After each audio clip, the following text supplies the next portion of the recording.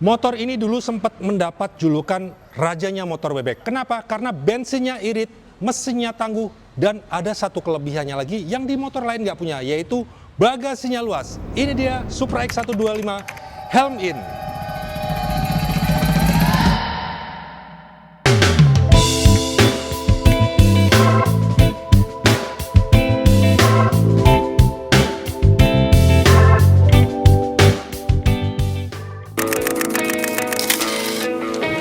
Heli Yusuf, selamat datang di channel Motomobil.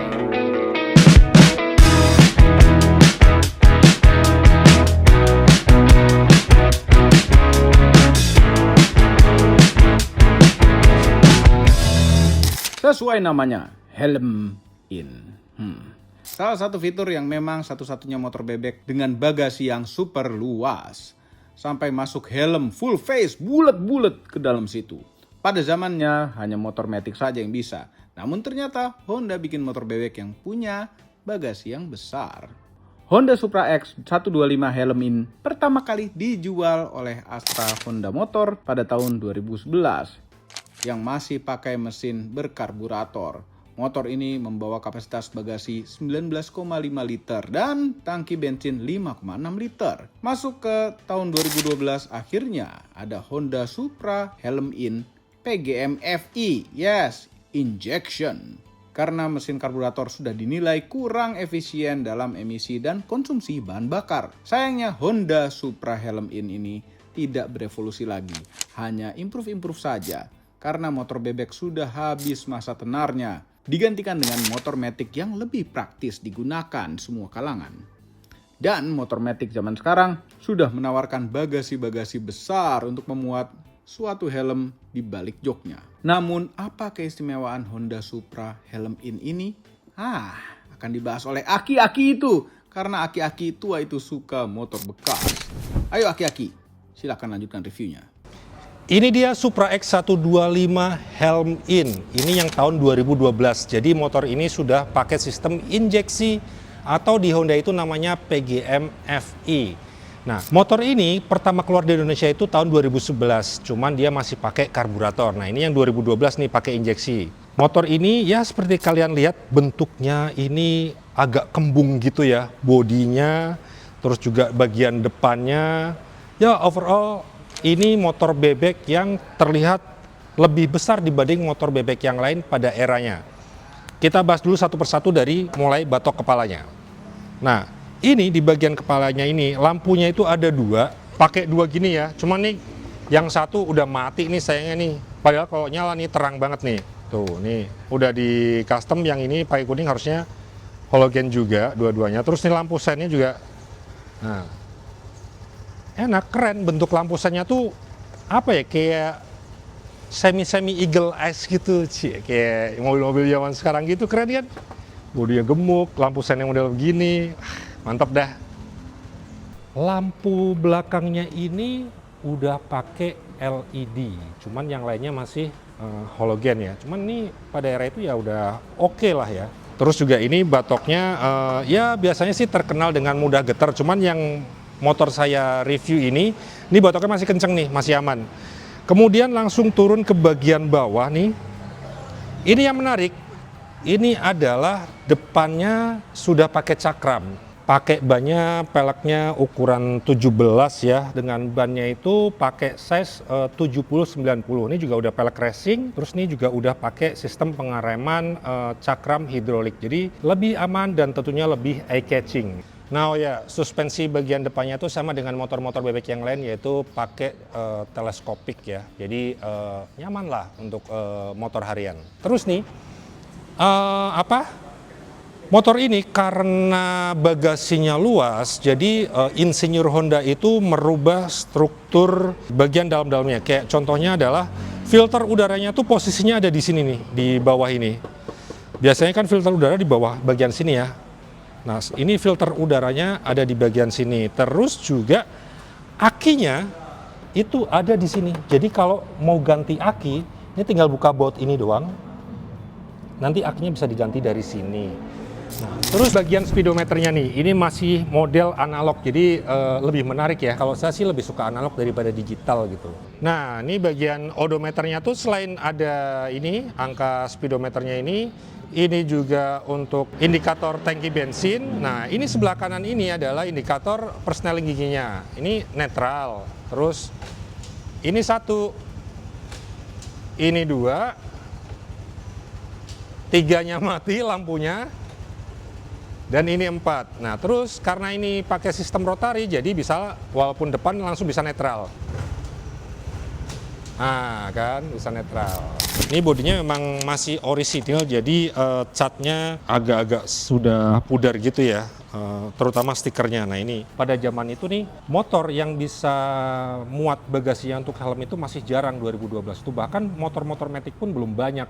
Ini bebek tapi muat buat helm. Nah, ya, hal menarik dari Supra X125 helm ini adalah yang tadi saya bilang, sistem pengereman bagian belakangnya juga sudah menggunakan cakram hidrolik. Jadi yang jelas motor ini lebih aman untuk digunakan sehari-hari maupun untuk keluar kota. Ya, dibanding motor bebek yang lain pada zaman itu, mana ada yang kayak gini.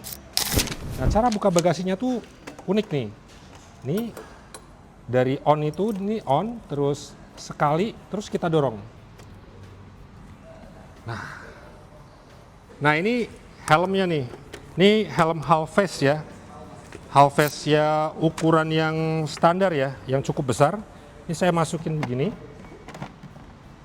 Bisa tertutup dengan rapat. Jadi kalau di parkiran udah nggak perlu lagi takut helmnya hilang lah atau helmnya dicantolin di spion nanti jatuh lah. Motor pada eranya udah sangat revolusioner. Supra X125 Helm-in ini pakai mesin 125 cc tentunya. Sistemnya injeksi PGM FI gitu. Terus giginya itu, persnelingnya itu adalah 4 langkah. Terus sistemnya rotari. Jadi 1, 2, 3, 4 terus bisa netral lagi. Tapi dengan kondisi berhenti ya, dari 4 ke netralnya itu. Terus tenaganya itu 9,6 PS dan torsinya 105 Nm. Cukuplah untuk dalam kota maupun luar kota. Nah, untuk konsumsi BBM dari motor ini, klaimnya udah yang pada punya motor ini katanya 1:50 sekian kilometer. Ini yang injeksi. Kalau yang karburator sih katanya 1:47 sekian. Kalau ini 1:50-an sekian lah. Irit banget kan? Jakarta-Bandung atau Jakarta-Sulawesi kayaknya slow banget. Untuk di bensinnya, motor ini cukup kompak, baik untuk dalam kota maupun luar kota. Panjangnya itu 1932 mm, terus kemudian lebarnya itu 711 mm, dan tingginya 1092 mm. Nah, terus jarak sumbu rodanya ini 1258 mm dan ground clearance-nya nih 135 mm. Nah, yang nggak kalah menarik adalah tangki bensinnya. Tangki bensinnya itu kapasitasnya gede banget nih, 5,6 liter. Terus tadi tuh bagasinya itu kapasitasnya, helmnya kan bisa masuk nih. Nah, itu ukurannya 19,5 liter. Gimana? Oke nggak? Oke, sekarang saya lagi mencoba sensasi berkendara dari Supra X125 Helm-in tahun 2012 ini. Ya, motor ini udah pakai sistem injeksi ya, PGM FI gitu. Jadi kalau yang generasi pertamanya kan 2011 itu masih pakai karburator. Nah, ini sensasi berkendaranya itu apa ya? Mesinnya tuh smooth, halus, perpindahan giginya juga tidak terasa ngebentak gitu. Enaknya dari motor ini adalah yang pasti bensinnya irit, terus minim perawatan, hanya yang penting rajin ganti oli mesin aja. Overall sisanya si motor ini oke, cocok banget untuk harian. Ini sih motor ini dari yang beberapa orang yang udah punya, katanya klaimnya itu konsumsi bahan bakarnya itu 1:50 km sekian. Jadi kalau untuk harian di Jakarta ini mungkin bisa dipakai 3 hari sampai seminggu ya, dengan jarak yang mungkin daerah Poris ke mana? Ke Jakarta Selatan gitu ya. Karena motor ini yang punya kan orang Poris gitu. Nah, bagi Anda yang ingin membeli Supra X125 Helm-in ini, ada beberapa hal yang harus diperhatikan. Yang pertama adalah surat-suratnya, keabsahannya harus jelas. Kalau bisa pajaknya harus hidup. Generasi Honda Supra X125 Helm-in ini masih berlanjut di tahun 2014 dengan hadirnya Supra X125 CW Helm-in. Bentuknya ya sama saja, namun hadir lebih modern karena perpaduan stripping warna yang ngejreng. Selain itu ada juga colokan charger handphone di box bagasinya. Untuk Anda yang masih ingin membeli bekasnya, pastikan sistem injectionnya sehat dan bodi motornya masih dalam keadaan utuh, alias tidak ada yang pecah atau retak. Karena bodi dari motor ini cukup mahal dan tidak semua Honda menyediakan part bodinya. Bagaimana? Apakah motor ini worth it buat dibeli secondnya sekarang? Atau ada kenangan apa saja dengan motor ini? Kami ingin tahu. Silahkan komentar di bawah.